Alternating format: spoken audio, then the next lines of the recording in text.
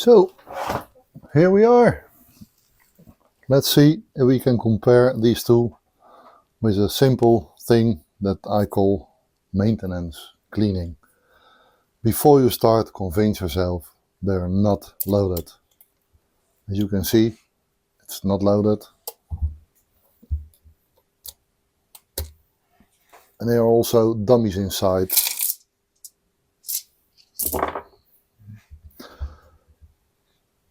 There are a few things that are important for cleaning. The bullets must go easy in and out, and the barrel must be clean, and the front must be clean. So the front, there's no difference to clean, but the cylinder, that's a big difference. I'm a great Smith & Wesson fan, as it's very easy to remove the cylinder. I'll show you. A little screwdriver, one screw,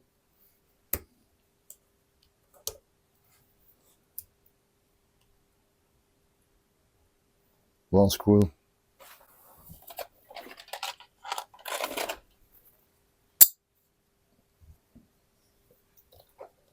and now we can remove the cylinder. So that makes it a lot easier to clean, and there are no parts that can fall apart or go from the one side to the other side while you're cleaning.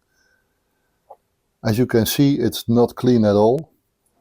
I've shut it and I didn't clean it the last time. So you can see it's a dirty gun at the moment.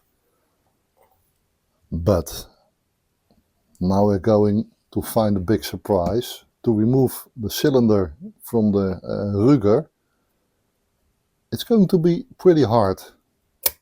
Not just one screw, but a lot of things you must do before it's possible to clean it. First we're going to remove the grip.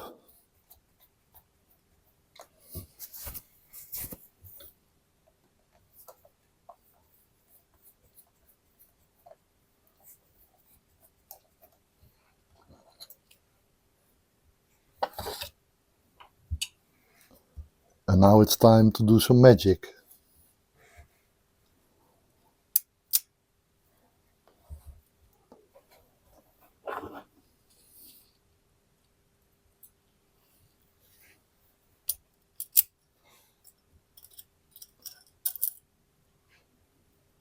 That's one part.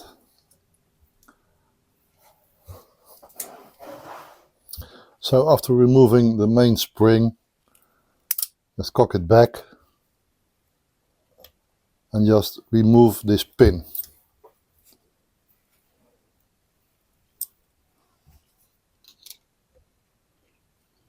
Comes out pretty easy.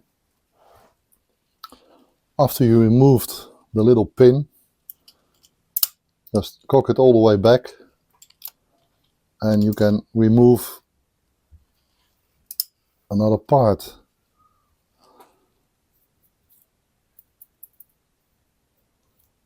It's still pretty clean.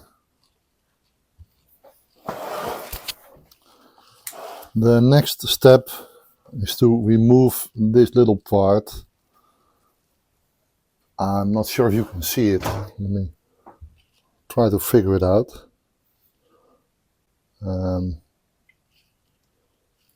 Here is a little pin, and you have to put it back so there will be a crack in the housing.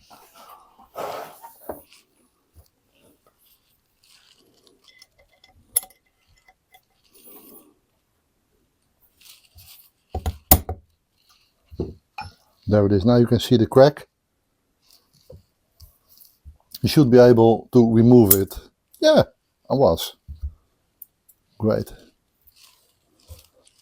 So that was another step.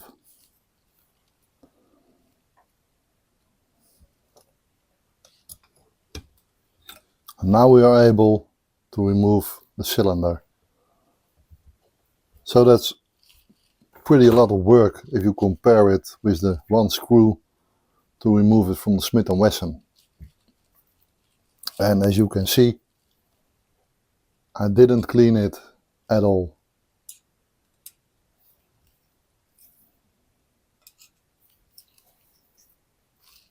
Just as it came out of the shooting range, this is how I found it. So it's time to do some great cleaning. It's not a big problem, but it has to be done. So you have to remove some parts to make sure you can clean everything in a proper way. Don't just put oil on it and let it soak and let it stay there forever. You have to remove as much oil as possible, because all the dirt from the gunpowder will stay attached to the oil. To start with the cleaning, I'm using some very simple things. An old used toothbrush,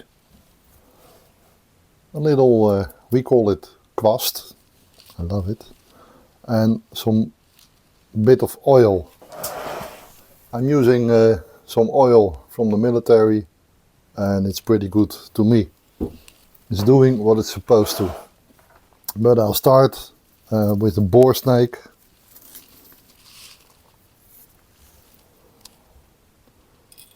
Just put it through, and always make sure it's going the way the bullet is traveling as well. There are some brushes on it, and it will clean everything in the first place. I'm doing it about 2 or 3 times, so that should be the do the job.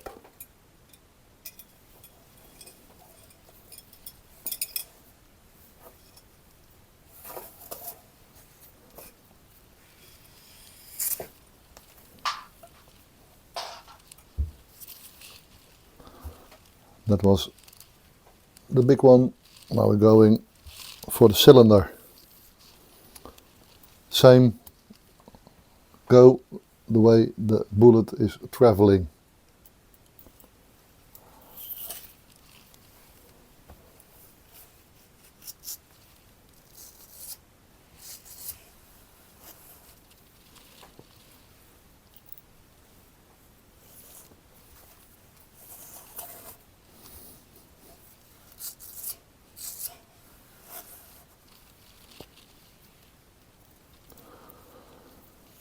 Number 2.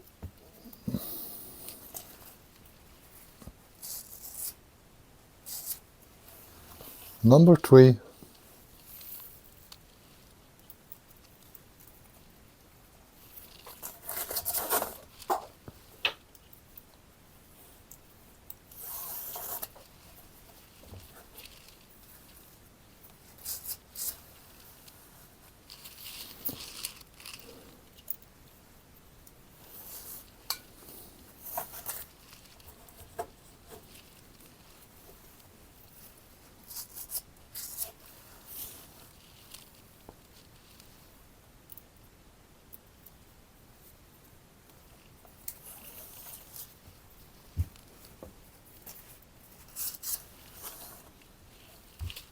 And that's it.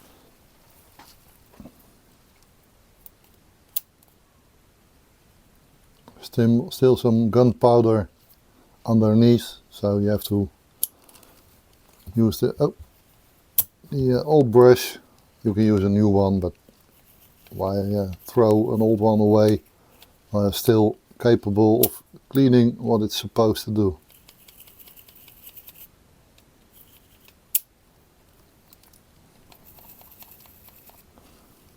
Just a bit of oil.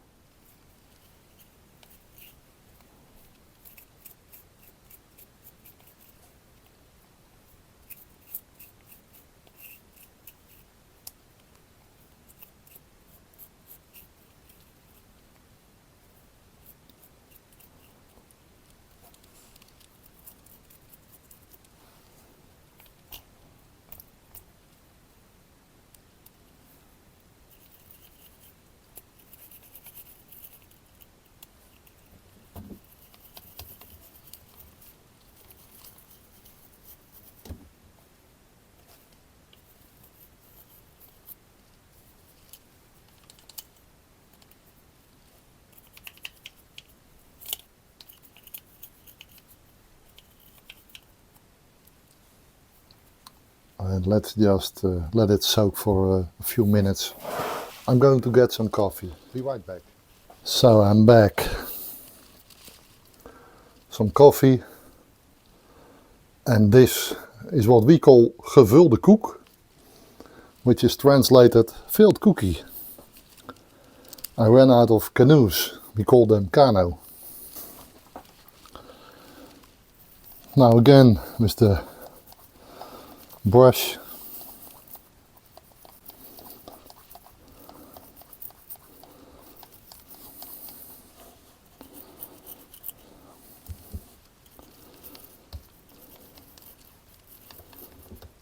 As you can see, it's already clean.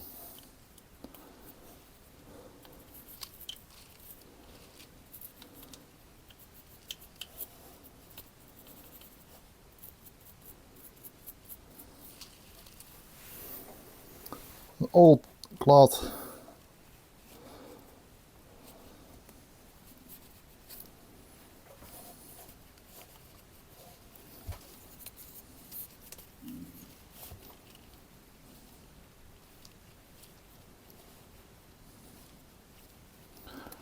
It's a lot easier to clean the 44 Magnum if you compare it with the 22.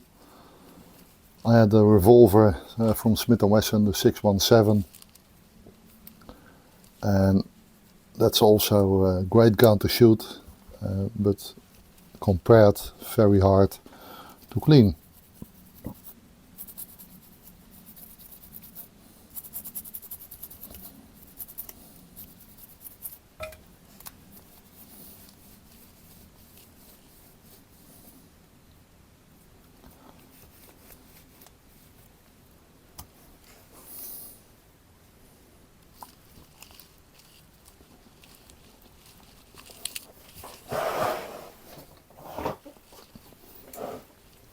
That was part one.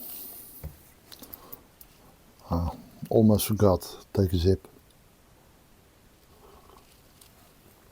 Oh.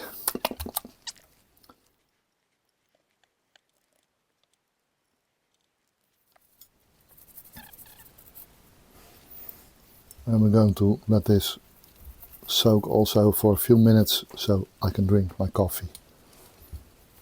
Dumpty dumpty dum. And as you can see, it's a filled cookie. Yes, gevulde koek. Don't forget it. Time to remove the oil.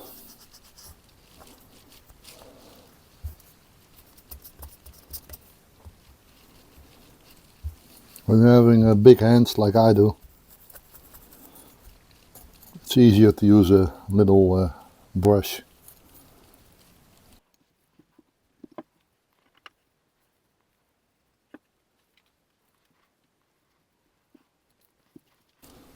When you think you should put more oil on it, don't. If you're using the same cloth every time, there's still enough oil on it, so it will stay lubricated because it doesn't need much oil. This is actually the first time I'm cleaning this one. I'm having this, I think it's now for the third week or so. I only shot it a few times to see if it's working as it's supposed to, and it does. It shoots quite good, very easy to handle.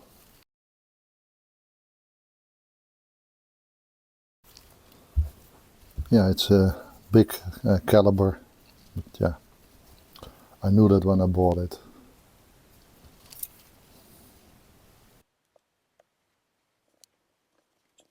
So, it's almost time to put it back together.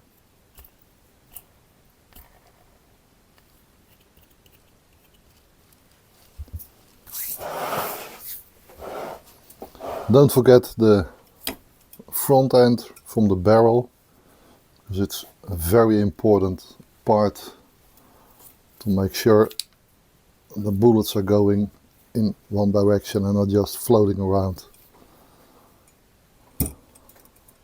We call it the crown. The kroon. I'm not sure how you translate it to English, or well, English. I'm not sure if what I'm talking is English. You write it the same way, but I'm sure I'll pronounce it a bit different. Let's see if we can put it back together. Let's see if I can show you the inside of the barrel.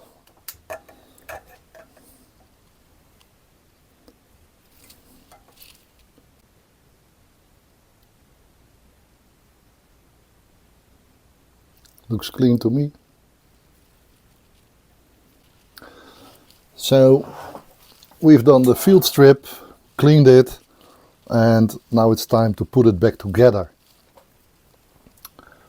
It's almost as simple as it looks. Start with the cylinder.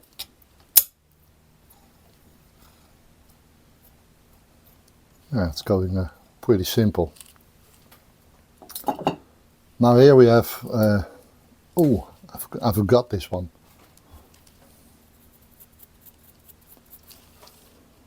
Needs to be clean as well.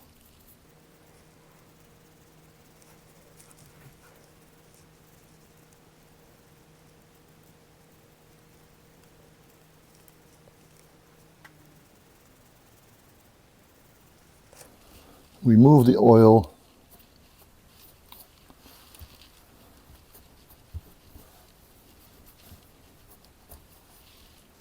And as you can see, it's clean.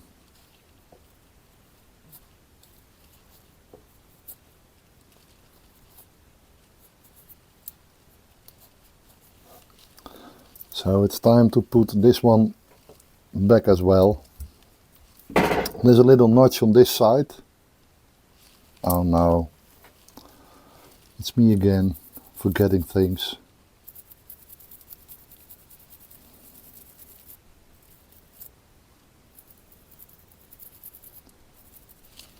As you can see, this is in real life. There's no cutting and putting it back together. And this one is also clean. So, the two pieces are going up, and this notch is going to fit in here as well.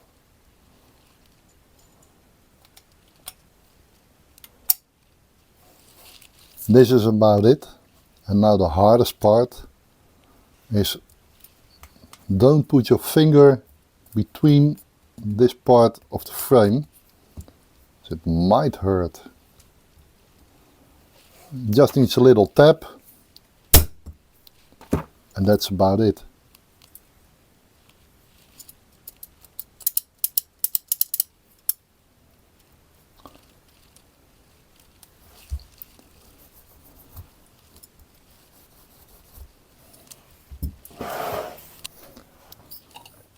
After you've installed it, it's time to see if it's working, and it does. So, time to put another part back into the frame. You have to squeeze and hold it. It should just fit in, and it does. Turn it over. Line it out and put the pivot pen back where it's supposed to. And we've almost completed the assembly again, the reassembly again.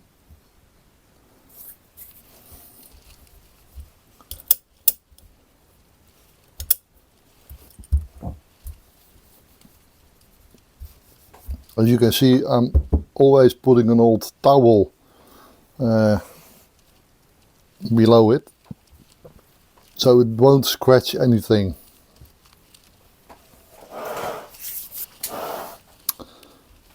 So the main spring, there's one side that's going to the front, so you just have to put it back in there, and it should just fit. Oh, it should fit right here. Now when you cock your hammer, it releases no, it's not releasing the spring, it's releasing the part that's holding the spring, and now it's almost back where it should go. We just have the grip.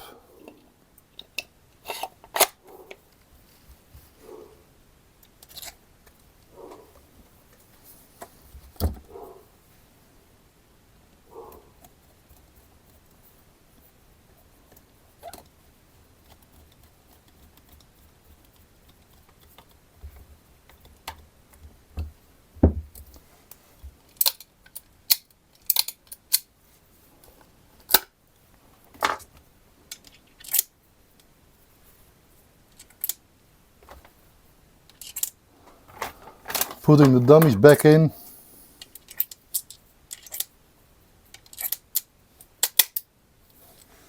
And it's ready to be used again.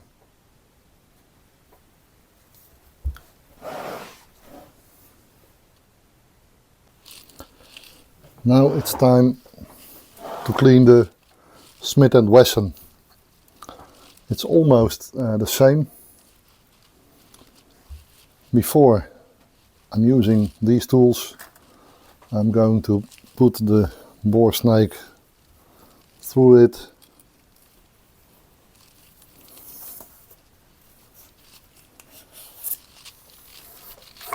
That's one.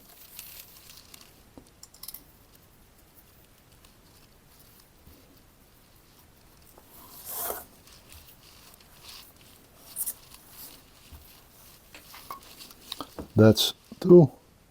And it's clean.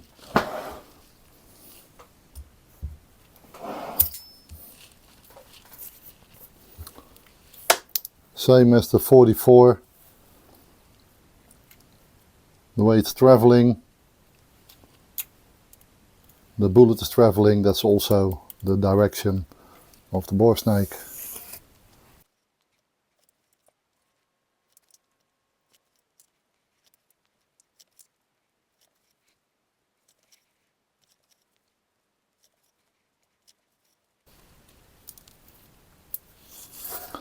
After a while you can easily wash the bore snake. I'll just replace it. It's faster and the brushes are new.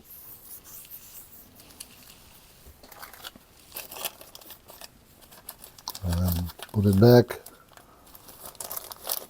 so I won't see it until the next time I'm going to clean it.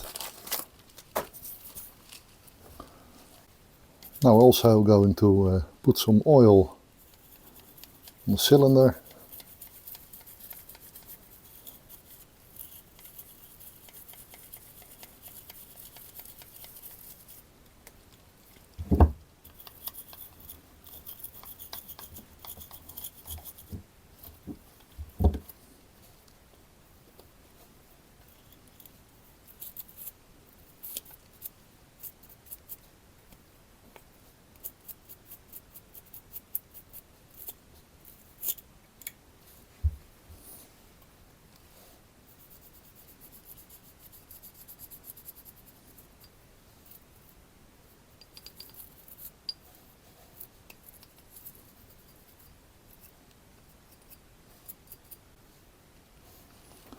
And just let it soak as well.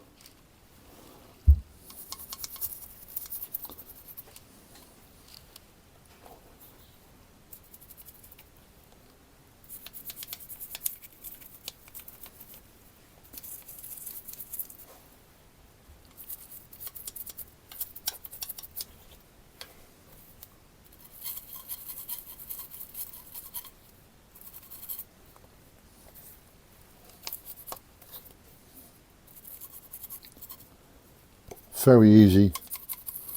Just put it on.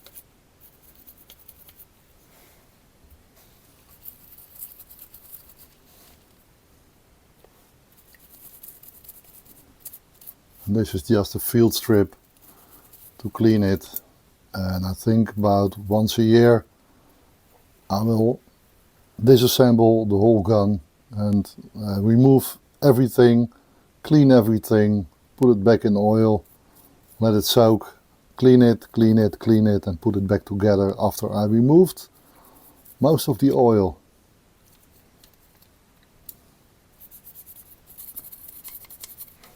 So I'll just leave this one. Time for another cup of coffee. Be right back. So, time to do another part of the brushing. So I'm just putting oil on it, let it soak for a few minutes. I think it soaked for about 3 or 4 minutes.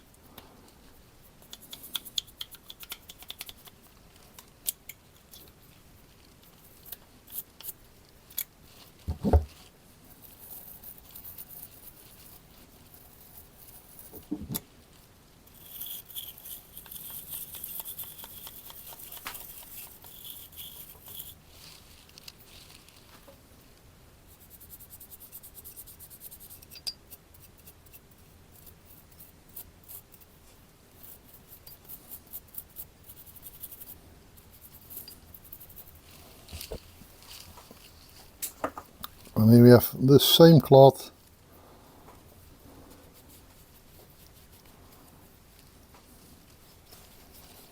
Just to remove the excessive oil. And it's already looking pretty clean to me. So it's not that hard, but your gun will always function as it's supposed to. And I think that's a major part of the shooting sports.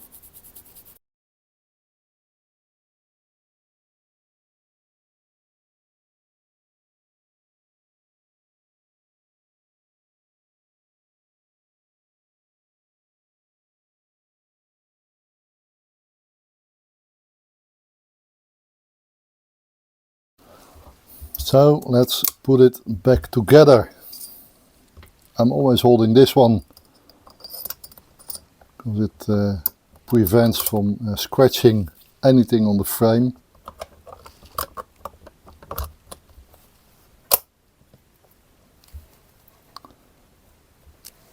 And now the magic one, the one screw.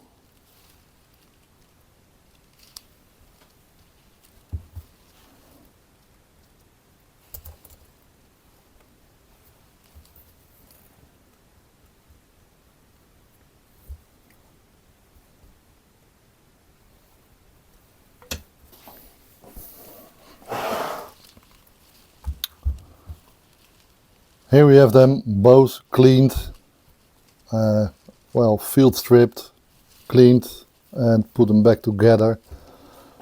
I think if you compare the Ruger, it's the same as the GP100 in 22, 38 special, 357 and 44. They're all the same to disassemble, clean and assemble again.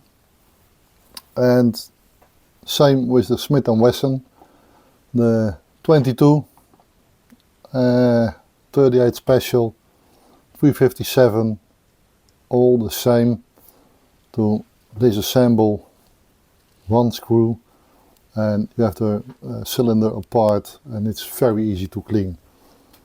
So my choice for cleaning would be the Smith & Wesson, and for shooting I don't think there's any difference.